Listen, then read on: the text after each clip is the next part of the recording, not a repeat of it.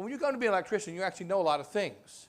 You know you put your finger in an outlet, it gets fried. And you know that if you don't plug a refrigerator in, it doesn't work. You know that when you flip the electric switch, the light turns on. You know the red wire has got to be connected to the red wire, and the black wire is connected to the black wire. There's a lot of things, and you also know that do what you're told by the master electrician. So there's a lot of things that you know. Modern scientists claim that everything comes from inside. And if you're going to be a true philosopher, you have to pretend like you don't know anything. Like asked Bishop Sheen, how long did it take you to prepare the conference you gave yesterday? He said, oh, about 50 years. So what do you mean? Well, I had to learn English. I had to learn how to say mama and dada. Had to learn the names for all the various things that I gave the conference about. Had to learn how to spell. We didn't get that far in our class. I had to learn what things are. I had to go to seminary. I had to go to learn philosophy, to learn theology. I had to have experiences. I had to communicate with other people and learn from them. And then I sat down last week and spent 3 hours preparing the class. About 50 years. The fact is that the modern idea is that every science, this is from Immanuel Kant, is completely separate from every other science. And you should never allow the crossing between the sciences. Like, for instance, if you go to college and you're studying philosophy and you're studying theology and you just study it for 6 years, you know what you're not studying? You're not studying nutrition. Therefore, you shouldn't eat during your time at college. You're also not studying health. Therefore, you shouldn't sleep at your time at college. You're not studying social studies. Therefore, you should not be nice to people or talk to them in a suitable way while you're in time of college. The reality is, you can't learn any science without its connection to all the other sciences. You can't do anything without realizing its connection with all the other things. But they taught, several hundred years ago, they started teaching it, no, there's a world of philosophy, and then there's a world of theology, there's a world of botany. Like, for instance, I am an investigator. I know all about murder scenes. How did your grandpa die? I saw a man come in my room and blow grandpa's brains out. How do you know? Were you trained in how to study murder cases? Did you go to school? You're only 7 years old. How can you say you know more about your dad's getting his brains blown out just because you were there and you witnessed it? You didn't go to school to learn how to be an investigator. How do you know what you saw? Well, my grandpa had a really big head and then it was gone. And I watched it get removed. And he did it. The fact is that now they say, no, you're not a philosopher, you're not an investigator, your name isn't Sherlock Holmes. You have no way of knowing what happened. I have to tell you what happened. All the sciences separate. They are not separate. Hence, we have another principle we learn in the seminary. All things are connected in one hierarchy, distinct but not completely separate. I'm not going to write on the board. All things are connected. And for instance, in order to become a saint, Bob cannot become a good saint by being a really nice and pretty girl. Because in order to be a saint, he's got to be a male of the species. He's got to be sanctified as a male. Can't be a saint. In order to be a saint, he also has to be able to breathe. He has to be able to eat. He has to be able to do many things besides just say rosaries. So it is with everything. Any sane man recognizes there's only one universe, there's only one world, and we are in it. And God created it, and God is in it. He's everywhere in it. And there's only one universe that we exist in. And on my great-great-grandpa, whether my name is Aristotle, Plato, or Thomas Aquinas, they had the same great-great-grandpa named Adam. Same great-great-grandpa named Noah. They had the same source. and they were made for heaven. So philosophy and theology can never be separated. They are two distinct sciences in one sense, in that philosophy we consider primarily under the nature of reason, but always enlightened by faith. So moral philosophy, the Latin book, Grenier, written in 1920s or something like that, talks about human acts. The word moral simply means free choice. All it means is a moral act is a human act. Just bypass some things here. Human act is a free will act. Anything that comes from your free will is a human act. Remember, human beings are different from the animals because of their rationality. So a human being, he acts human whenever he uses his free will. He acts animal whenever he doesn't use his free will. There are some activities that have nothing to do with human acts, such as growth. You just grow. But there are human acts by which you help yourself grow, eating lots of donuts. So there are human acts by which you freely choose to do something. That's human. There's the nutrition, which is we call actus hominis, which is an act of man. So an act of man is not a human act. Well, human beings do it, an act of man. Actus hominis, an act of man. Actus humanus, that's what makes us different. That's what makes us different from the animals. What is the purpose of human activity? Why is it that we act and make free will choices? All free will choices are made for happiness. All human acts are directed to an end. And the end of all free will human acts is happiness. Every human being acts for happiness, or we say also in Latin and English also, beatitude. Beatitude is perfect, complete happiness. Happiness you can be more or less happy. You don't achieve happiness until it is complete. And happiness would just simply bypass some things. Happiness equals the fulfillment of all desires. We want all of our faculties, all of our desires to be fulfilled. The stomach needs food, nutrition, and health. The mind needs truth. The will needs an object of love. We need the fulfillment of all of our desires. Every human choice is made to achieve happiness. Now, there are two happinesses. There are two sides. There's only one happiness, but there's two sides of happiness. There is subjective happiness, and there is objective happiness. Subjective happiness equals the possession of happiness, of the thing that makes happiness. And objective happiness equals the thing that makes us happy. Put objectives on the bottom instead of the top, because subjective happiness is what happiness really is. The formal cause of happiness is essentially subjective happiness.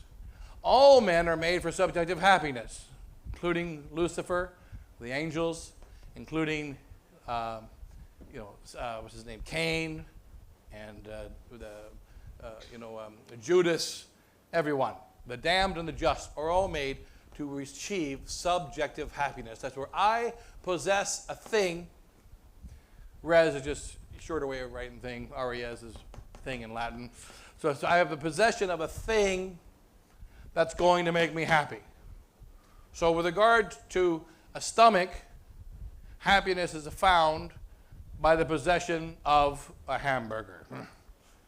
When it comes inside of you, you have happiness. But without the object that is called a hamburger or any kind of food, you cannot have the subjective happiness. But the most important thing is not the hamburger. The most important thing is the possession of the hamburger. If you have food, but you're not able to receive it, it can't cause happiness. And there's more food in the world right now in 2025 than there are people to eat it. We have far more food on the planet than there is stomachs to consume that food. But there's still starving people because it's not enough to have enough food. The food's got to get inside to the stomach. And there are millions of people that are not getting the food inside their stomach. So the objective happiness is there, but the subjective happiness is not always there. Subject means thrown under. Object means thrown in front of. Yachere is to throw. Throw under, subject. Throw in front of, object. The object equals the hamburger in front of me. The subject is the same hamburger when it is consumed inside of me. So subject equals inside of myself. Happiness equals subjective happiness is consistent in the fulfillment of all desires. You cannot find happiness by just wanting your desires to be full. The stomach cannot find happiness unless there's food out there. The mind cannot find happiness unless there's truth, or more true out there. The will can't find happiness unless there's something good out there. There has to be objective happiness. And so St. Thomas Aquinas asked the question at the beginning of the Summa about moral theology. Well, why do men do things that they do? That has nothing to do with religion.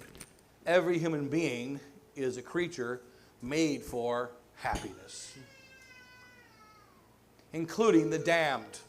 The reason why the damned are miserable is because they have they still desire the perfection of happiness. They know where happiness is in the possession of God.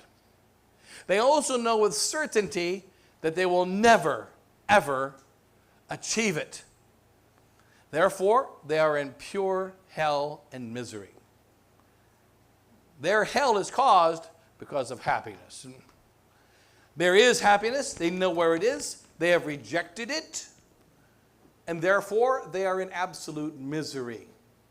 There is only one object of happiness, which is God. We won't go through the whole treatise, but St. Thomas Aquinas points out at the beginning of the Suprema Secundae, questions 1 through 5, what is happiness? Fulfillment of all desires, subjective happiness. And what is, by the way, I guess I do this all the time, the seminarians, they do a test every now and then. I often point at the board without looking at it. So sometimes they check, they go, right?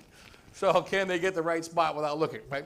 So, but in any case, the fact is, objective happiness, we all seek after. We need something that's going to make us happy.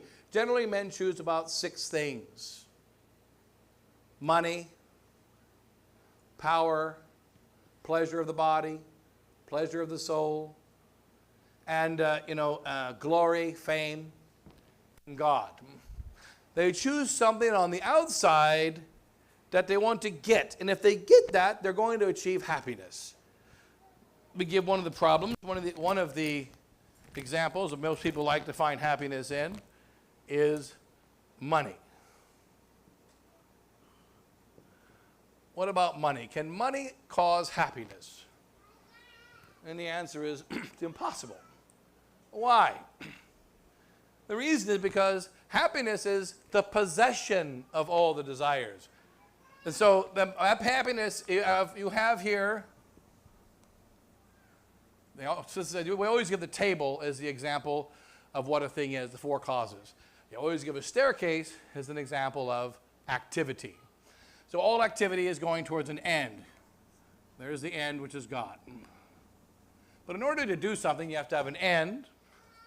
But you also have to have at the beginning, you've got to have principles. Principles means the beginning. In this case, the principle of walking. You got the same end for a bird. Same end for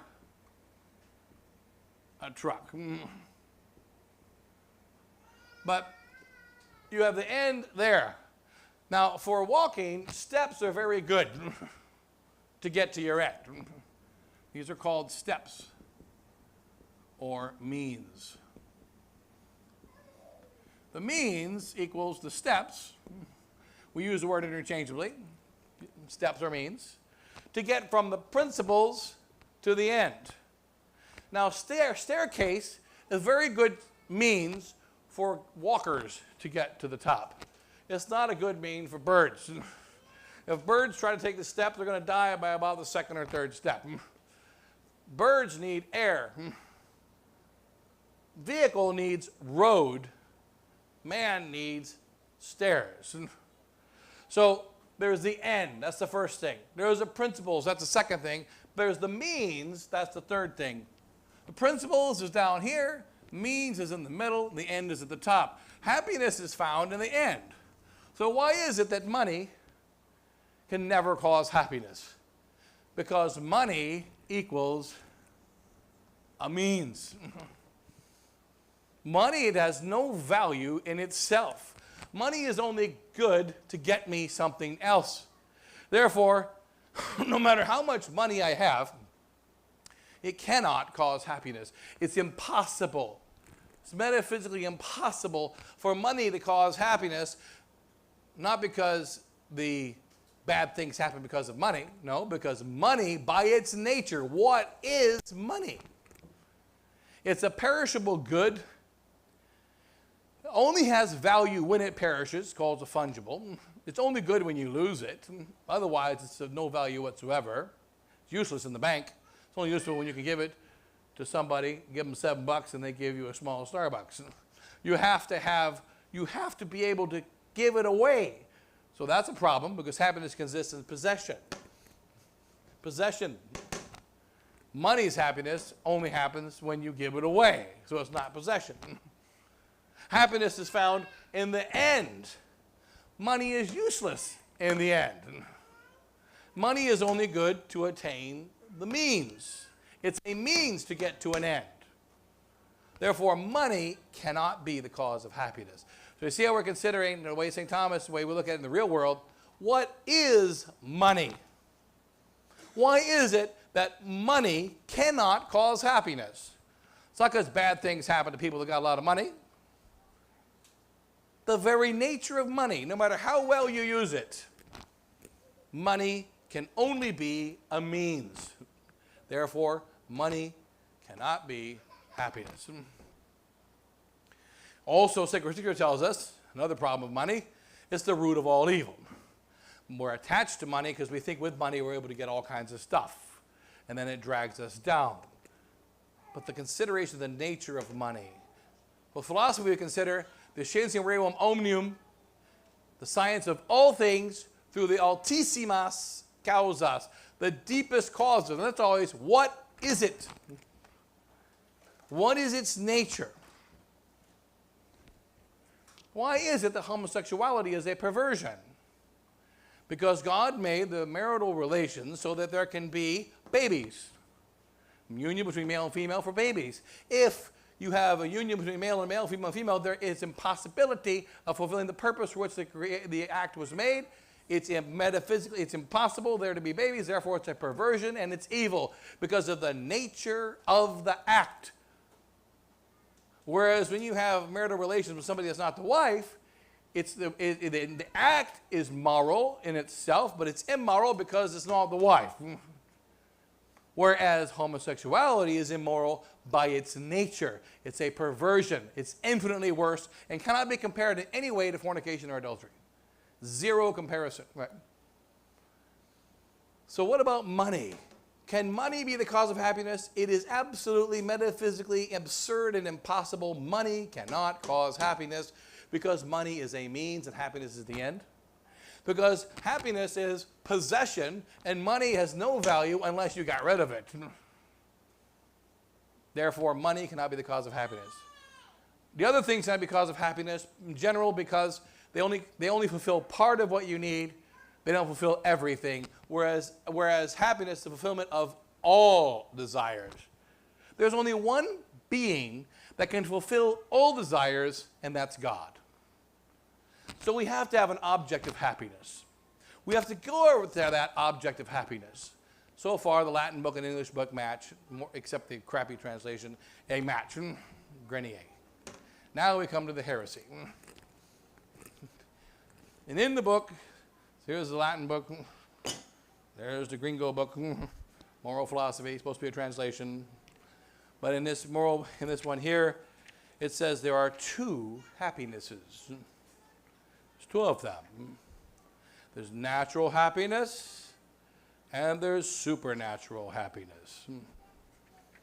So, in fact, there's not natural happiness, supernatural happiness. What is happiness? Happiness is the fulfillment of all desires by possessing the object inside of us. There's only one object. That's God. There's only one way to possess God. That's by fulfilling His laws, worshiping Him, and then He will enter inside of us in a place called heaven. But the English book says there are two happinesses. This is written before Vatican II. The Latin one doesn't say that, but the English one does. There are two happinesses. There's natural happiness for those people that are just living by the natural law. They don't know about Christ. They don't know about the supernatural life. And these people, if they just live the best way they can and live a virtuous life, they achieve happiness. Now, what does it say in the beginning from St. Thomas? Happiness is the possession of the thing that fulfills all desires at the end. Now listen to the English translation. Natural happiness consists in the joy of living a life of virtue. See the problem? The joy of living a life of virtue according to your natural knowledge. This was taught to priests. Now you become a priest, and you meet a pygmy in Africa. You become a priest, and you meet a Protestant that doesn't look like he wants to convert. You meet a nice Muslim. If they live according to their natural knowledge and desires, and try to live a virtuous life the best way they can have natural happiness. And then when they die, God will suck them up into heaven. So now I don't know if I should convert everybody. Now let's go to St. Thomas Aquinas and the truth. The only way you can be happy is by the fulfillment of all your desires in the possession of the thing that makes you happy. And there's only one thing that can make any human being happy, and that's God. Only God can fulfill all desires inside of human beings. Forget about whether they're religious. It doesn't matter if you believe in Jesus or not. Only God can fulfill the happiness inside of a human being. And God gave us supernatural life. And God gave us grace. And God said, if you don't obey me, and you don't follow my laws and join my holy church, you're going to burn forever in hell. Now, how important is it to convert somebody? Now I'm a priest, I meet someone who's a nice Protestant. And I'm a priest, I meet someone who's a nice Muslim. And I'm a priest, I meet somebody who's a nice pantheist or whatever religion he belongs to. What do I need to do? I need to get him out of his unhappiness. How many natural people have lived wonderful lives in their natural religion? All of them have turned to evil everywhere in the world. And they need Christ in order to have happiness. And when we get away from Christ, there is no happiness. God is the only one who can fulfill the desires of a human being. Only God. And God fulfills the desires of a human being when that human being follows His law. And it just so happens that God created Adam with sanctifying grace. He created Adam in the state of grace. He created Adam with infused knowledge. He created Adam with a true religion. And Noah also had the true religion. And all of Noah's children had the true religion. But now, several billion people don't. How'd that happen? Because they walked away from God. They turned from truth to lies. They followed Satan, and they walked away from God, live in mortal sin, die, and go to hell. We must bring these souls back to Christ, to the only object of happiness, which is God, the only object of happiness. So in any case, we go to the moral philosophy. Human beings, God gave free will, intellect and free will. We've got to remember that every human being, his freedom is going to be protected by God. Remember the prodigal son. The prodigal son, when he asked for his inheritance, the father gave it to him. If you decide to walk away from God, he's not going to prevent you from walking away. He gave to us a free will. And free will is very important in the understanding of all of the problems of man. God gave every one of us a free will by which we can freely choose to obey him or freely choose to disobey him. All of our human acts, everything we do, is to receive subjective happiness. There's only one true object, which is God, but we can choose another object in its place, such as pleasure, such as whiskey, such as money, such as a particular person, or any place, or any created thing. We can take something and put it in that place, and we can go after that thing as if it is the only cause of happiness.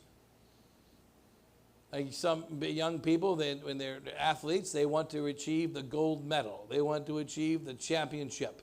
And when they win the championship, they're going to have perfect happiness. And they go after that and do whatever it takes to achieve it. They discover, even when they achieve it, that they haven't found happiness. Why? Because they chose the wrong object. They chose the wrong object. There are not two happinesses. There's not natural happiness and supernatural happiness. There's only happiness, the fulfillment of all desires, which can only be had by the possession of God. Anyone that dies without God living inside of him, which is called sanctifying grace, 100% of those people will be damned. There's no possibility of salvation for them, which is why the Catholic Church teaches extra ecclesiam nulla salus. Outside of the church, there is no salvation. Everyone needs to be Catholic. Everyone needs to enter the church. Why? To achieve happiness. When we step away from the church, we become unhappy. The further we go away from the church, the more unhappy we become. And we see this in individuals and in cultures. As our world becomes more and more away from God, it becomes more and more miserable, more and more unhappy. That's what we're living in. We're living in that time right now. Everyone's becoming more and more unhappy because they are going away from God more and more and getting further and further and further from God. The closer we get to God, the closer we are to the fulfillment of all desires, hence a greater degree of happiness. And the perfect happiness will happen when we possess God inside of us by what's called the beatific vision. Subjective happiness is defined as the beatific vision, by which we see God in our intellect and we possess him in our mind, and it overflows into our hearts and wills, overflows into the body and every part of us, and we have a perfect happiness. Trying to find happiness in anything else is a complete failure. Now, God gave to us human beings free will. Makes us different from all the other creatures. All dogs necessarily are good. Even if you say they're a bad dog, they're not really a bad dog. You're just irritated by the dog. There's nothing wrong with the dog. The problem is us, but not the dog. All dogs are good. All animals are good. All the non-living creatures are good. There's only one creature that was created good by God, called man, and then also the angels, two creatures, who can choose to remain good or to choose to step away from good. These creatures are human beings. We have a free will. We can choose to go towards the good, or we can choose to go away from the good. Now then, there are three ends of our human activity. So what is good? We have here, and we divide it, as human acts are kind of complex. Because when we do an act, good is the same thing as an end. The thing you're going after is called the end or the good. The only difference is the spelling. Right? The good, God, the good, or the end is God. So there are three types of activities of man. And they all happen in every single choice that you make. The first is called monastics. The second is called economics. And the third is called politics. Every act that we do is monastic. Monastic means individual. So here, the individual good.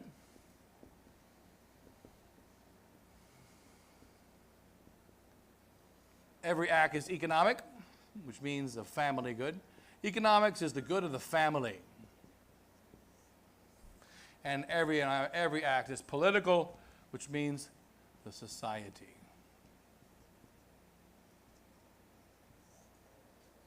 Every act is monastic, economic, and political. Every single choice. And that there is no separation between these choices. So when every single choice you make affects you as an individual, affects the family, and affects society. It affects all three of them because of the nature of a human being. Remember, a human being is a creature of intellect, will, and body. And he is called a political animal by Socrates. He's a political animal. Two definitions of man: rational animal, but he's also called a political animal because there's something about human beings that unless you're in society, you're not fully human. You take a dog and throw him by himself, he's fine. He doesn't need his neighbors. Birds don't need their neighbors. They are fine. Every creature, even ones that don't like being alone, they're fine. As they are, they don't need their society. But human beings, if you are born and you live without any connection with other human beings, you will never be fully human. You will never learn how to speak. You will never learn how to act as a human being. You will have a rational mind. It'll be perfectly rational. But you will never be able to learn how to use your rational mind and live a rational life. It's impossible. Even hermits who live by themselves, they are political. You know, the famous example of St. Anthony, the first hermit. And he was such a holy monk that the monks gathered around him and said, Anthony, how do you be a hermit? You be a hermit by being alone. How does it start? It starts by leaving me alone. That's how it starts. Good. What's the next point? He was stuck. He had to explain to them the next point. So even though he was a hermit, he was still never alone. And we notice the nature of a human being. We are by nature a political animal. We need society to be human. Every act is monastic, economic, and political. Now, because we're by nature a political animal, the most important thing we do is always political. There are two police. There's the natural, there's a supernatural. Supernatural society. And this is called the church. And then there's the natural society.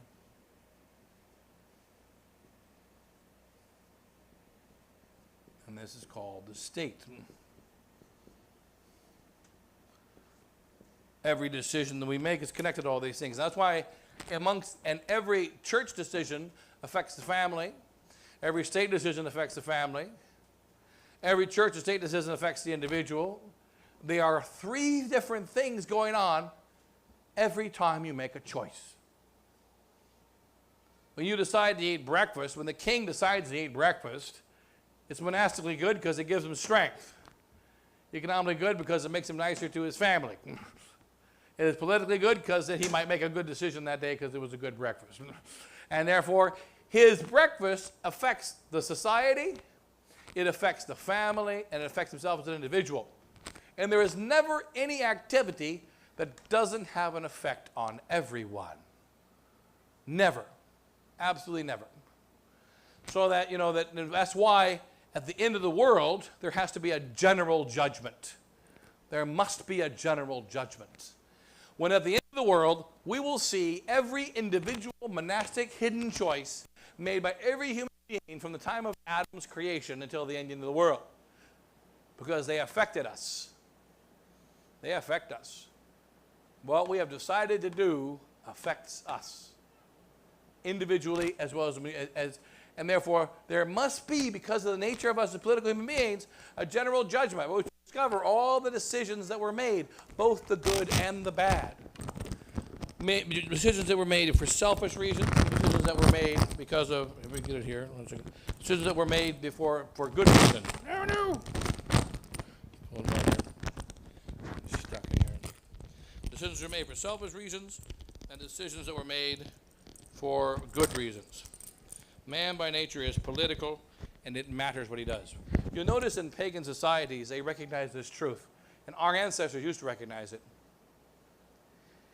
If you want to build a business and make a lot of money for your family, you got to get approval from the state. They got to give you a permit, and you get Padre to come and bless your dog catching business and your lemonade stand, and you make sure you drink some lemonade yourself.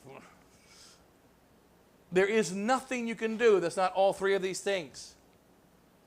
Remember that Satan says, divide and conquer. That's the way to win a war. Divide and conquer. And now they want you to believe what you do as an individual is your own personal choice. For instance, you might be a girl, and it's your body. Maybe it's your body, but you don't take forceps and put it on your brain and crush it. You don't rip your arms apart. It's the body of a baby that they put forceps in and crush it. That's not you. And it's their arms that are ripped apart inside of an abortion. It's not your body. Furthermore, what about your body? You decide, it's my body, and I'm going to say no to my husband. And I'm not going to have babies. Well, St. Padre Pio talked about that. He said there was a particular lady who went to confession to him, and she confessed all her sins. And did you forget something? Yes, you did. You forgot. When you were newlywed, you had an abortion. The baby was going to be a preemie, and she was embarrassed. You had an abortion. Let me tell you about that baby that would have been born about 1905 or 1900 or something. That baby was going to grow up and become a priest. That priest was going to become a bishop. That bishop was going to become a cardinal. That cardinal was going to be elected pope. That pope was going to reform and correct the Catholic Church. He was never born because you had an abortion because you were embarrassed. Not only did nobody notice it, you forgot about it. She forgot that she had had that abortion. That abortion affected, there was a Vatican II because of that abortion. Had that abortion not happened, there wouldn't have been a Vatican II. We're living because of that abortion. We're living out the effects of it. And there are all kinds of things. I used to mention all the time to one time pulled over by a Muslim taxi driver, and and he said to tell him, you know what, he would never ever shut up. And I was telling him he was going to hell. That's great. I like to hear that, Father. When I told him he was going to hell, I told him he was thinking Muslim, and I told him every time I told him how bad he was, he thought that was great. I just wanted to get dropped off. He wouldn't drop me off. I mentioned also how that back in 622 AD, there was a guy I really hate. And he was from the town of Medina in Arabia. And he was a buddy of Muhammad. And in 622 AD, there was a battle between the Meccans and the Medinans. And Muhammad was a Meccan. But the Meccans hated him. He got the Medinans to follow him, and he knew that if I can't defeat my own tribe, I'll never get any respect. So the Meccans said, if we don't kill Muhammad, this is going to be a pain in the neck we're never going to get away from. So they fought a battle, and the Meccans said in the battle, we're not here to win a battle. We're not here to defeat the Medinan tribe. We're here to kill Muhammad. So there was a battle. In the battle, Muhammad was wounded multiple times, and he was so weak that he was on his horse, and he had his sword across the horse, but he couldn't even lift his sword. And he wasn't strong enough even to guide his horse. So his horse started to wander away by himself, away from his other Medinan soldiers. And a huge monster of a Meccan saw him and said, that's Muhammad. He drove after him to kill him.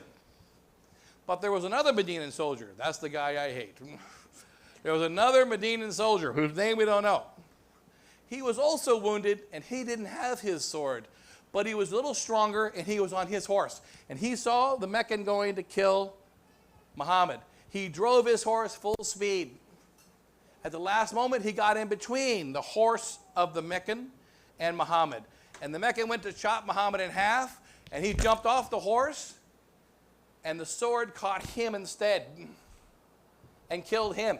But it was such a powerful blow, it went through him and hit Muhammad anyway. Muhammad fell off his horse and laid on the ground, and the Meccan, cut in half, laid on top of him. After the battle, they said, I killed Muhammad. The Medinans left the battlefield. The Meccans went to look for the body of Muhammad. They didn't find him. They said, somebody must have taken his body. They left. The Medinans came back to pick up their dead. They picked up this dead guy who was cut in half. When they picked him up, there was Muhammad laying under him, still alive. I hate that jerk. Because if that jerk didn't jump in front of that sword in 622 AD, I wouldn't have to deal with a stinking Muslim taxi driver in 1999.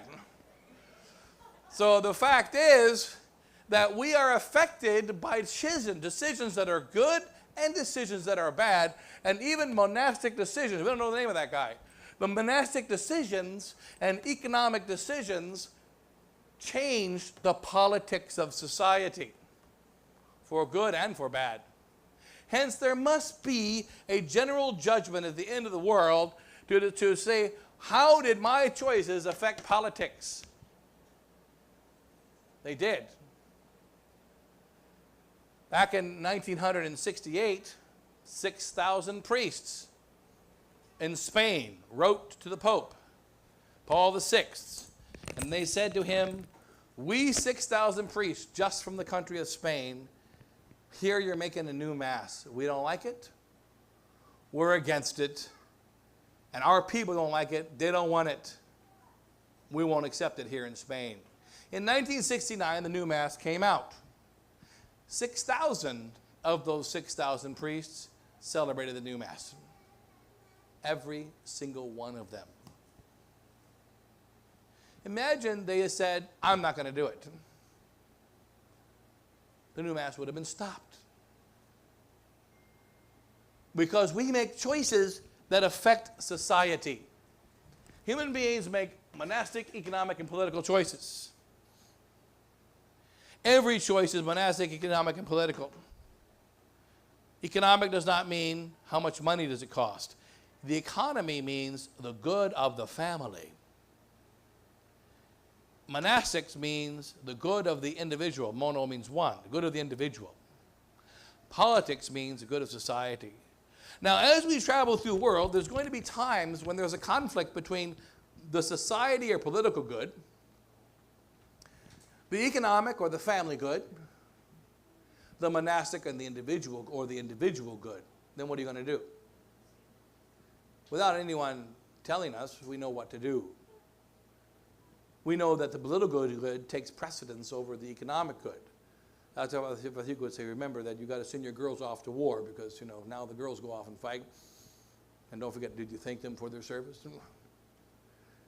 The fact is, you know that when there's a war and the country is at stake, you got to send your young men off and the husbands off to die. And if they die, that's fine. Less headaches for the wife. And It's a very great good for the society. Because the society is more important. And it's something that you don't have to be told. It's a natural thing to know.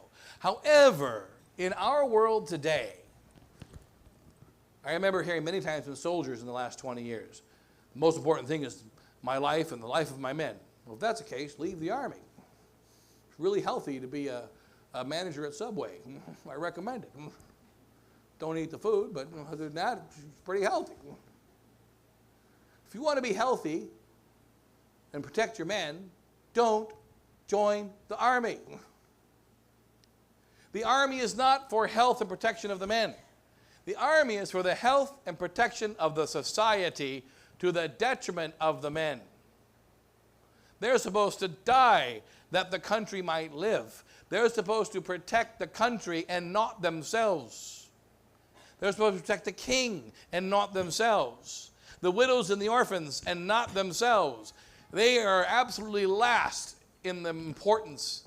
Just like a firefighter goes into a fire, who's important? The baby, the people in the fire, not the firefighter. If one has to die, you take the baby and throw him out the window to your buddy and you die. You're supposed to know that before you become a firefighter. You're supposed to know that before you join the Army. And it's something natural because we creatures are creatures that are political by nature. And we know that the politics, the society, is more important than myself. Hence, why become a priest? Why join the Army? Why become the head of Ted's Lemonade Stand? Because lemonade is important for people to survive in the summertime. Because the Army is important to protect the country. Because the priest is needed to save souls and to spread the honor and glory of God throughout the world. It is not for the priest to become a priest for himself. All three goods must be present, the monastic, the economic, and the political. But there's a hierarchy between the goods. Political first, economic second, and monastic third. There's going to be and all of our choices must be done in that way. God gave us the free will so that we can choose to invert the order. We can. It's very possible to do that. We don't have to do things the way that they are supposed to be done. That till God made a society which is political, economic, and monastic. And these are the three stages of ethics. You study monastic, economics, and politics. There are two perfect societies in which human beings live. One is called the church, which is the complete society, which has all the tools it needs in order to be able to help us get to heaven. Another is called the state, which is a perfect society, which has the tools it needs to help foster the common good, the good of this country as a whole. And that there is one imperfect society, which means incomplete society, which is called the family. The family is much like an individual. It cannot stand on its own. The individual, the family, must belong to the state. The family must belong to the church. The family is a building block, like a stone of the church, and a stone of the wall of the church, and a stone of the wall of the state. The family must consider the greater good of society. In the last 300 years, there was a perversion. It's not a very complicated perversion. It's very simple. Modern man teaches we are made for ourselves, to choose our own happiness and to prepare our own happiness as we freely choose. That's what Lucifer told Eve a long time ago. You don't have to follow the rules of happiness given to you by God. He's not giving you the knowledge of evil and good. He only gave you the knowledge of good. But if you get the knowledge of evil also, you will be able to make your own rules and make your own happiness. You're a slave to God. Be the maker of your own happiness. Eve decided to listen to Lucifer and then convinced her husband to do the same thing, and sin entered the world. St. Augustine put it together in an axiom, and Pope Pius IX quotes that in his Humanum Genus, his encyclical on Freemasonry. St. Augustine said, "Two loves built two cities. The city of the love of God, love of self, leading even to the despising of God, and the city of the love of God, leading even to the despising of self." Two loves built two cities. All that's happening in the last several hundred years is Satan is building the city of pandemonium or hell. It is built on the love of self. You're taught that. Be an individual. Be your own self. Choose your own identity. Choose your own happiness. All it is a construction site in which we are constructing the city of Satan. And there's a city. The other city is the city of God. It's also a city.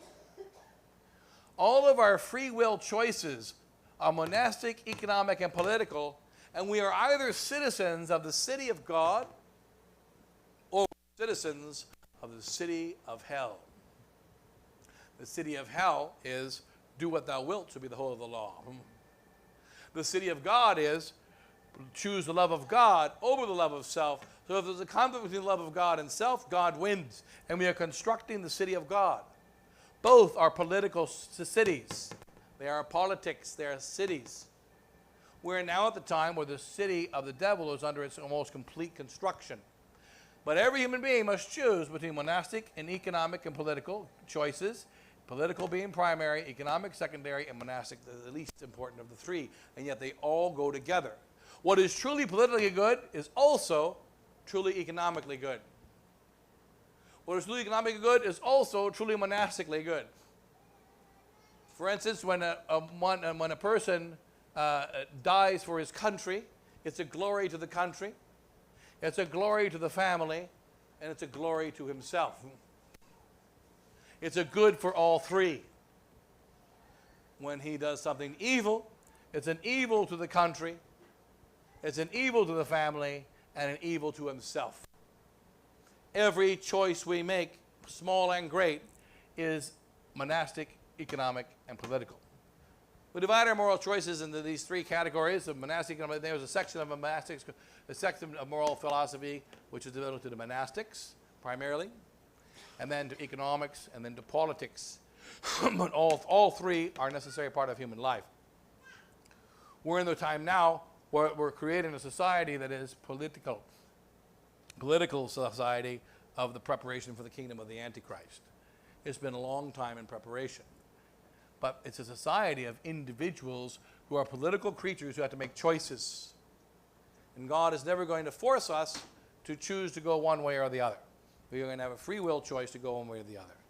And then, I don't know if Chris did, we'll say a prayer in a bit. Did Chris succeed in getting my papers over here? He came in a minute ago. Did he succeed? Mr. Doherty came in. I forgot to ask him when he came. So anyway, it's 3:30 now. We'll take a few minute break here. And then is it getting hotter in here? Not a little bit, but it's not horrible, I guess. Yeah, that's right. Yeah, I mean, Mr. Doherty was there. I don't know if he has my papers or not. So I want to go to a couple drawings there, but maybe we'll do that tomorrow. So in any case, we'll take a station break here for a few minutes and just say a quick prayer. All right.